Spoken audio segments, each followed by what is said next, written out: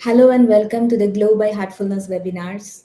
Today we have a very interesting person, Sheen Tyagi. She's a 16-year-old youth activist from India and she's the founder and president of the Girl Up Nation Club, which is an international club headed by the United Nations Foundation. Thank you for joining us today, Sheen. She's recently been featured in the United Nations must watch list also. Thank you for joining us, Sheen, and welcome. Thank you so much for having me. So, Sheen, tell us what made you choose activism? What is the heart, mind, or soul of activism, which you were talking to me the other day? I'm just curious, what made you, you're just 16, and how did you get started with all this? Yes. So it was an inspiration and a calling from my heart to take up social causes, which motivated me to choose activism as a mode of self-expression. Passion is a quality of the heart which requires clarity of purpose and constant progress towards goals. The work I do nurtures my soul and my heart to speak up for others who cannot speak because of their circumstances is the whole purpose of my activism journey. To be their voice, to inspire them, to support them, and help them raise their voices against the injustices that they face. And so it is well known that activism isn't a paying job, right? You don't earn from it as you would from other professions. It is, however, a soul nurturing work, a community serving job which requires you to be compassionate and understanding of others' life experiences and circumstances and how you can support them in accessing a better lifestyle. So, for all those reasons, I chose activism to advance forward as an informed youth, and I hope to continue this journey when I go to college as well. Thank you so much, Shane. I wish you all the best on behalf of the Heartfulness Institute and also on behalf of all the participants. So you also mentioned activism is not something which actually pays you, right? And you mentioned that your heart and soul is in it, and you're very passionate about it. My next question along those lines is this: how do you, or from where do you find this energy and inspiration to sustain this journey? It's very easy to feel exhaustion, mental, emotional, and heart exhaustion, if you want to call it. So how do you, or from where do you get your inspiration and energy and sustenance? Yeah, I would say a numerous number of factors help me in sustaining my energy and the inspiration for the causes I'm passionate about. The impact of my work motivates me to strive forward towards this journey. Recognition is always encouraging and it also helps when I'm feeling low. At times, even I feel that maybe I am not doing enough, right? But yes, as a 16-year-old, I think my work has had a good impact on the lives of people around me, and that the recognition I receive for my work from various organizations help me in dealing with those feelings and move forward. Also, this zeal and passion for the causes I'm passionate about keeps me going and working towards advancing gender equality through women's empowerment, climate action, and equitable education in the form of campaigns and awareness drives, and sustainable development through promotion of sustainable practices. That's a tall list. Thank you, Sheen. That's a very tall list. And a 16-year-old having such aspiring, beautiful journeys is very inspiring for me. So I was just wondering, from where, how do you create a nurturing environment around you? How do you create those friendships which actually help you propel you forward in this journey which you're embarked on? I want to know how you make your friendships, you create a nurturing environment, and basically all those people around you who support you. Because when you talk about gender equality, when you talk about equitable education, these are beautiful um, aspirations we want to achieve, right? And it's not a single man's journey. So who is that person, or who are those beautiful people who support you in your journey? Tell me about them also. Yeah, well, my life experiences have been very insightful and important in shaping who I am now. These experiences have helped me shape up my environment and the people I surround myself with. Life is full of tribulations and you experience various situations throughout your life. But I personally feel that my previous experiences provided me with more confidence, strength, and understanding to meet new situations and face them smartly and with care. I believe that it is important to create an environment with people and elements that nurture you and inspire you to do your best and strive for the stars. And so I would say my family, my friends, my work colleagues as well, work colleagues in the sense that people I work with, through social media and different organizations, all of these people inspire me and they support me in all the endeavors that I have. And yes, so I would say those people inspire me a lot. Thank you, and best wishes for many more such inspiring friendships. And I hope to see you do more and more.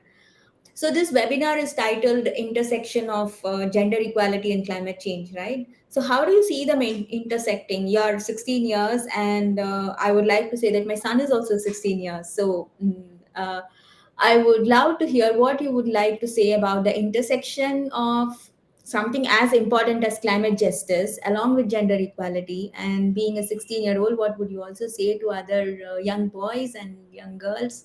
I mean, so let's first hear about the intersection and then move on. I can Yes. see a few questions coming up, but I'll take them up one by one. For now, please tell me how do you see them intersecting? That is gender equality and climate justice. Yes.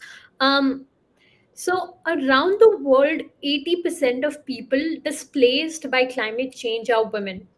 It is hence very important to learn from the experiences of women to build gender inclusive climate action and practices.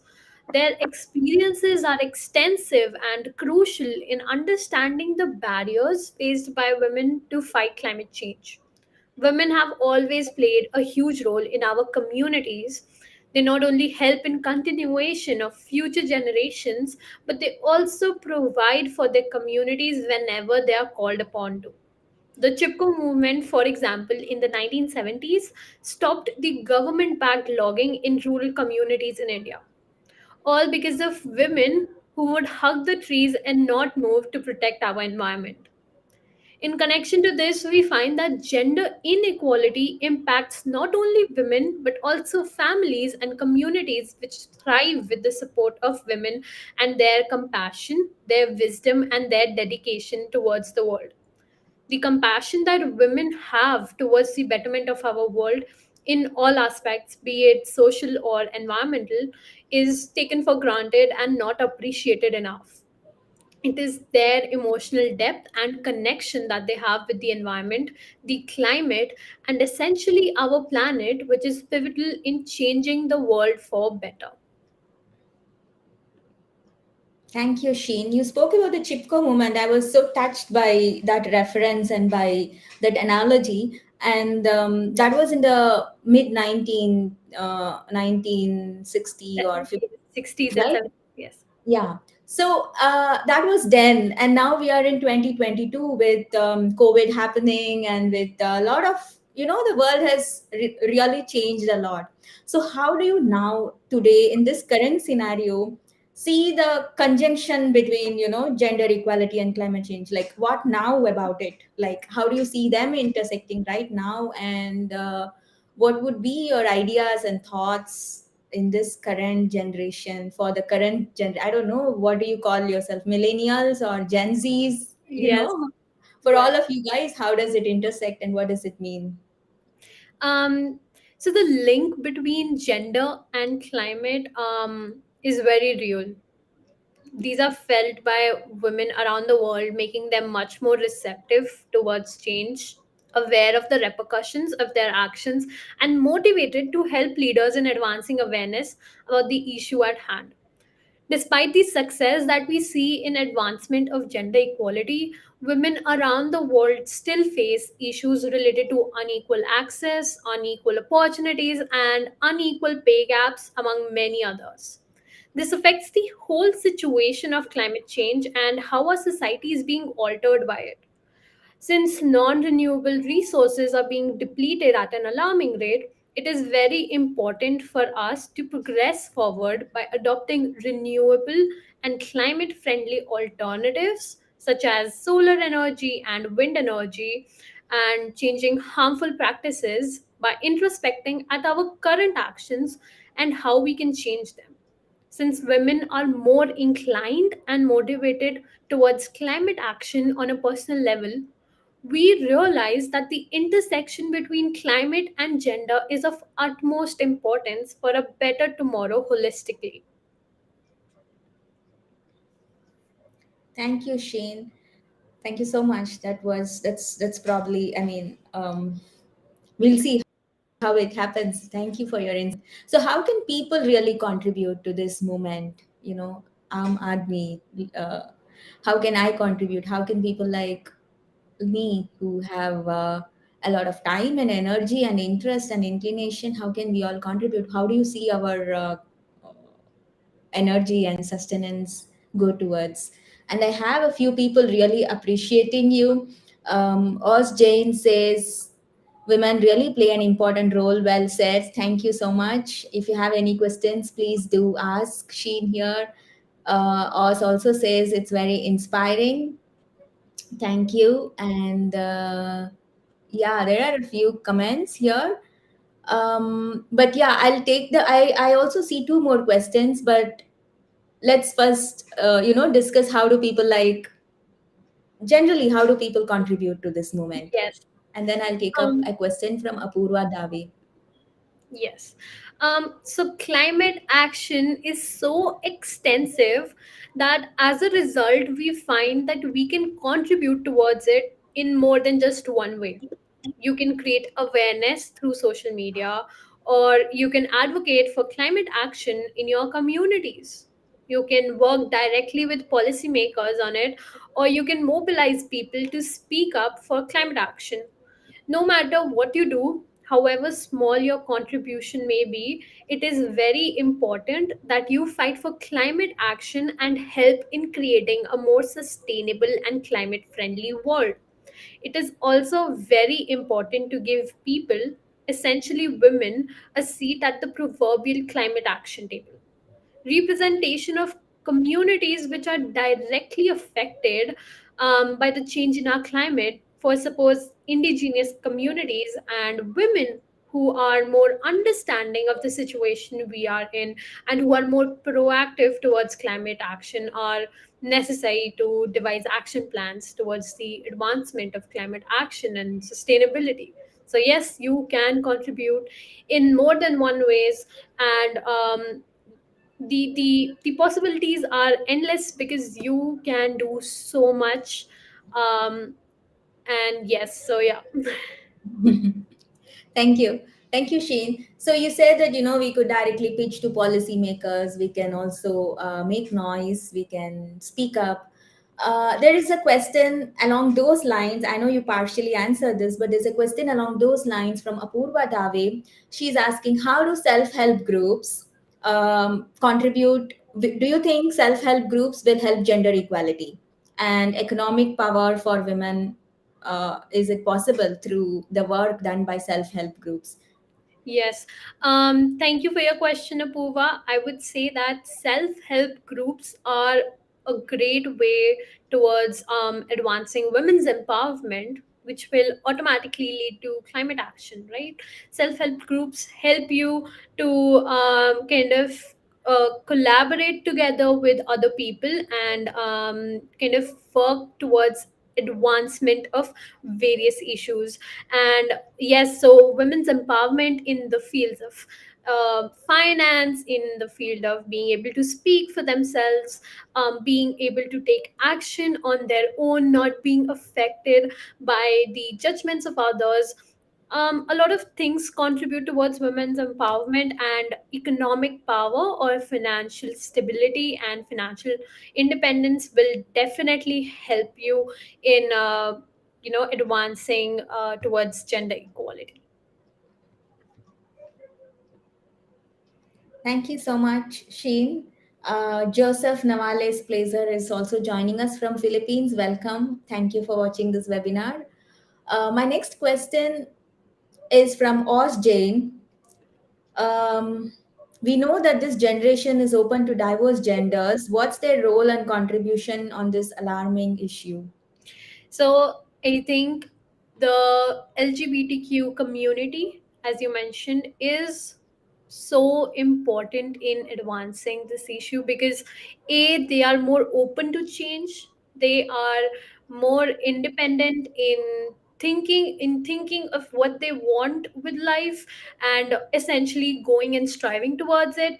And so the community is also very helpful in supporting others, because I think in the LGBTQ community, there's a common saying that, we support each other in whatever we are striving for, right? And so it is very important that they help women in various aspects of life. And as you mentioned, their contribution is generally very huge because they also support women, and women not just being females by birth, but also trans women or cisgender women. So yes. Thank you, Sheen. Apurva Dave says thank you. Thank you, Apurva, for your question. And before I go on to more questions from the participants, I would like to say that we are celebrating the International Day of Women and International Month of Women, as March is a day commemorating the contributions made by women and who worked for gender equality since the early 1900s. And today the theme by the United Nations is gender equality for a sustainable tomorrow. So before I go on to any more questions from the participants, I want to know, what does this mean to you, and what is the message you want to give to young teens, young women, and of course also young boys and young men, right? So let's talk about your message to them, and then let's take more questions. Yes. So gender equality is essential in paving a new path towards a sustainable world. Taking small and steady steps towards gender equality will pave a path for endless possibilities.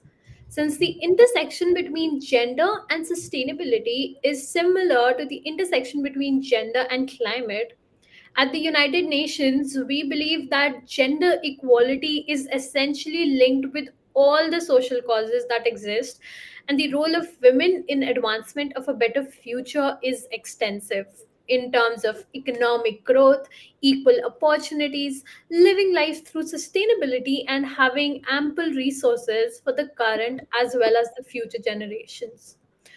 A sustainable tomorrow is only possible when gender equality is achieved and women have the same opportunities and access as men do. Um, and as for my message to young teenagers and women, um, I would say please choose passion over conventional, if you can, of course, and travel the less trodden and difficult path over the easy path. I perfectly understand that not everyone can afford to follow their hearts, and you often have to think of other factors as well. However, if you cannot follow your heart, please inspire others to do so. It is so important for women and young teenagers to be aware of the condition that the climate is in, the condition of our planet Earth, and how the actions of each and every individual is impacting the future of our planet. Right now, you can see that the world is in a realm where people simply do not care about what is happening with our planet, be it the Russia Ukraine matter or simply the COVID 19 pandemic, which is still affecting the livelihoods of millions of people. Everyone is so engrossed in personal gains and the conditions they are living in that people now are simply forgetting what repercussions we, but more importantly, our future generations will have to face due to our ignorant and mindless actions. Young people, you have the opportunity to change the world. It is us who will finally make a change in the world and advance sustainability and equality in the world. So speak up, take the charge, and as Shirley Chisholm said, if they don't give you a seat at the table, bring a folding chair. Thank you.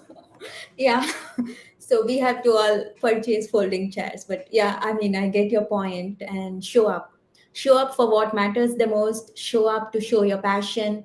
And there are a couple of people who are appreciating this response so much. Oz Jane says, "Wow," and she also says, "What a great advice! Will follow for sure." And there's another very encouraging future is in store with such enthusiastic youth. Thank you so much. And on that note, before it's too late, I would like to offer an experiential session of heartfulness, relaxation, and meditation. And yeah. So please continue to post your questions on the comment section here, and Sheen will definitely answer them. If not on the webinar, she'll come back and reply to all your comments and all your questions. Yes, we do have very short time, so I'm going on to the next part of the webinar, which is an experiential session of heartfulness, relaxation, and meditation. At the headquarters of Heartfulness Institute, which is Kanha Shantivanam, we have over 500,000 endangered species of trees planted. It's like a complete oasis in the middle of the Deccan Plateau. And I would like to share that all this important work to improve the climate of this planet and working for climate justice and climate action is taken up so seriously by the Heartfulness Institute and by the spiritual teacher of Heartfulness meditation, Daji Kamlesh Ji Patel. And we believe that a heart which is in tune with nature is very important for sustaining a long term environmental action, right? It's not that today you plant a tree and forget it, or today you inspire 10 or 20 youth and then forget it. This has to grow, this has to continue, and for that we need a heart which is in tune with nature, which is simple, which is more open, which is more in harmony with in harmony with your own inner self and in harmony with the outer self. And Sheen said, follow your passion. And I really encourage all of you to follow your passion. And let's not think of not being able to follow your heart, because I think all of us should be able to do it. Meena Vora says, my daughter Vidhi Vora is also interested in climate change. Thank you so much, Meena Vora. Please request your Vidhi to join us also in the next webinar. We are so happy. So let's move on to this session of heartfulness, relaxation, and meditation. If you have your phones nearby, put them in silent or keep them switched off. Sit comfortably.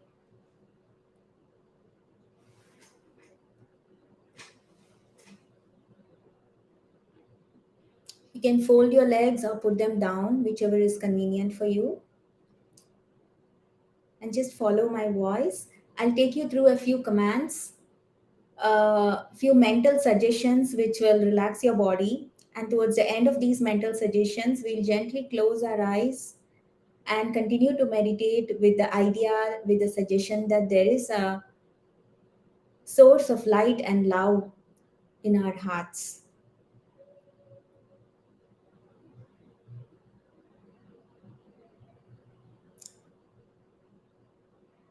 Before I continue, I would like to suggest, Meena Ora, if you would like to delete the phone number which you just texted on a public channel, that's totally up to you. You may want to delete it. Thank you. You can always text us on the messaging service, which is on Facebook and Instagram and LinkedIn. It's just for your daughter's safety. Thank you. So please sit comfortably, close your eyes, and follow my voice. Let's begin from the toes.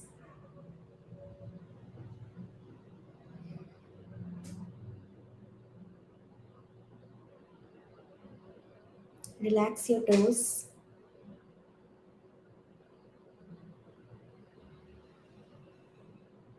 Relax your feet.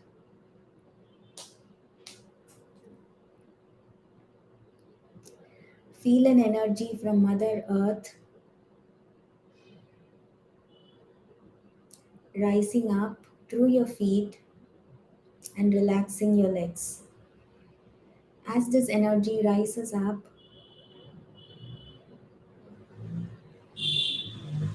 it relaxes your calf muscles, your knees, your thighs, and it moves up, relaxing your hips. This energy continues to move up, relaxing your stomach. The muscles in your stomach are completely relaxed now.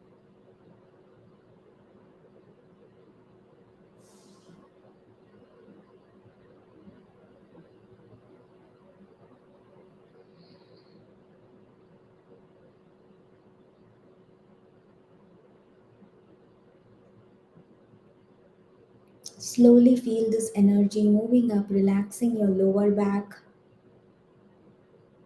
gently moving up, relaxing your upper back. Your whole back is completely relaxed now.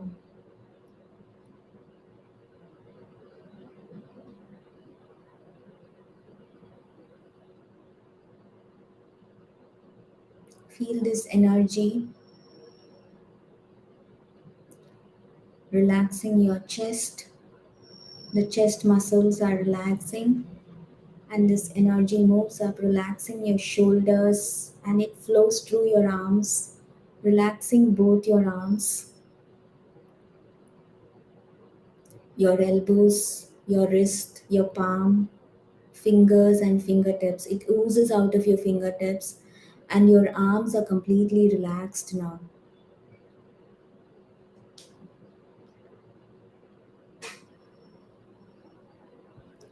Allow this energy to move up, relaxing your neck. The muscles in your neck are relaxing. Any tension or discord or any problem with your muscles in the neck are melting away. The neck muscles feel so relaxed now.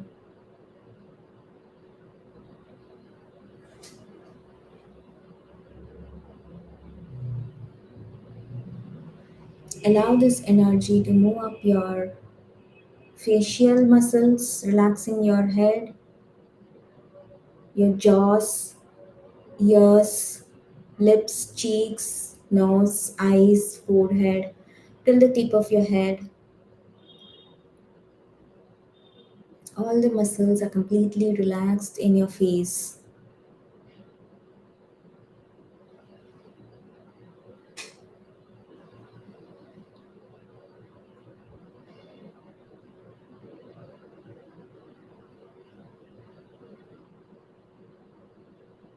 Scan your body, scan your system completely from head to toe. Does any part of your body need to be relaxed? If you feel so, allow this energy to flow through that part and feel that part relaxing. Allow your whole body to be completely relaxed.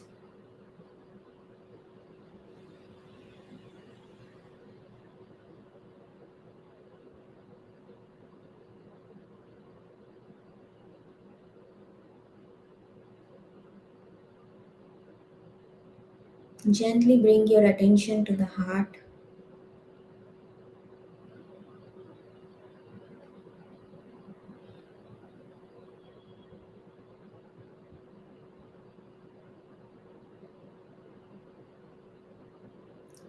Feel the source of light in your heart.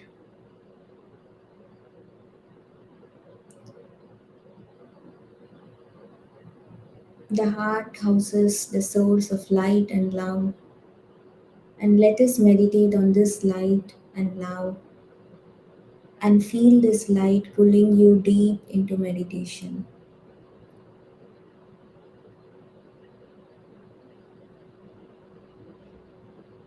If your mind wanders and other thoughts come to your mind, gently brush them away and remind yourself that you're meditating on the light in the heart.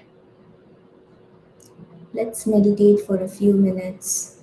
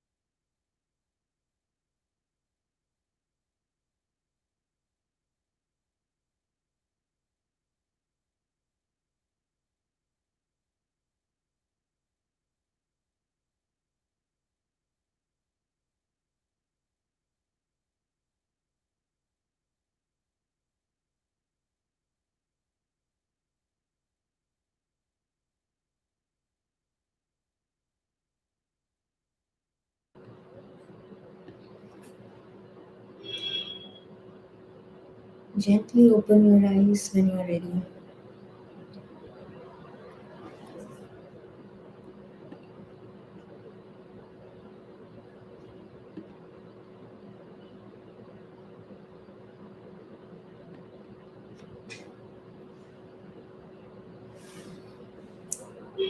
Thank you.